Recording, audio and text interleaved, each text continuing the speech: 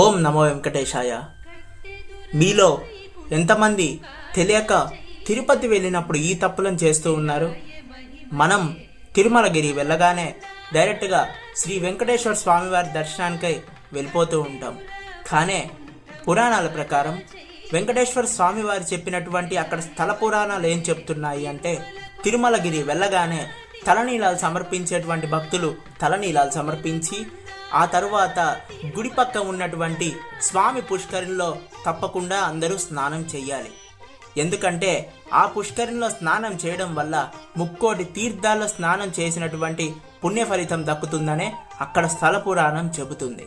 అదేవిధంగా ఆ పుష్కరిణిలో స్నానం చేయడం వల్ల మనం చేసుకున్నటువంటి సకల పాపాలన్నీ కూడా తొలగిపోయి శారీరక రుగ్మతులు, మానసిక రుగ్మతులన్నీ కూడా తొలగిపోతాయని చెప్పి అక్కడ స్థల పురాణాలు చెప్తున్నాయి. తప్పనిసరి పరిస్థితుల్లో ఎవరైనా స్నానం చేయడం వీలు కుదరకపోతే కనీసం సమయం కేటాయించుకొని అయినా పుష్కరిణి దగ్గరికి వెళ్ళి నమస్కారం చేసుకొని ఆ నీటిని తల మీద జల్లుకునే ప్రయత్నం అనేది చేయండి. పుష్కరిణిలో స్నానం చేసిన తర్వాత పక్కనే ఉన్నటువంటి శ్రీ వరాహ స్వామివారి ఆలయంలోకి వెళ్ళి స్వామివారిని తప్పకుండా దర్శించుకోవాలి.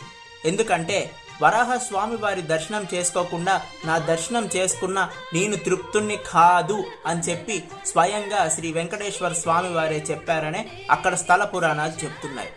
అందుకే మనం ముందుగా వరాహ స్వామివారి దర్శనం చేసుకొనే ఆ తర్వాత వెంకటేశ్వర స్వామివారిని దర్శించుకోవాలి. ఓం నమో వెంకటేశాయ.